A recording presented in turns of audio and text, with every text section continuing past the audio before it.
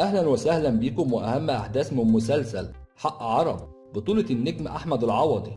بنشوف عرب لما كان بيتكلم مع المعلم عبد ربه وكان حاسس إن الشيخ فهيم ورا كل اللي بيحصل له، لكن المعلم عبد ربه قال لعرب أنت ريح نفسك وأنا هتصرف في الحكاية دي، وقال لعرب مش المعلم عبد ربه اللي بيسيب حقه.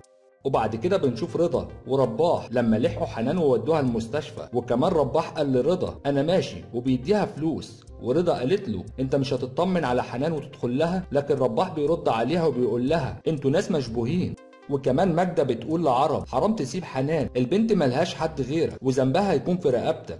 وكمان قالت له مؤمن بيقول ان لقوها واقعه في الارض وغرقانه بدمها. وبعد كده بتقول له لما كنت في الحبس ما سابتكش ولا لحظه. وبتقول لعرب على العموم انا هروح لوحدي، لكن عرب بيغير رايه وبيروح مع امه عشان يزور حنان ويطمن عليها. وحنان بتقول له لو جاي عشان الواجب يبقى ملوش لازمه، لكن لو جاي لحنان يبقى اهلا وسهلا. وبعد كده بنشوف علي اخو عرب لما كان مع رباح، ورباح بيقول لعلي عايزك في شغل، وقال له على موضوع الاثار اللي عرب شغال فيه مع المعلم عبد ربه. لكن علي بيقول له عرب سره بيكون مع محسن صاحبه.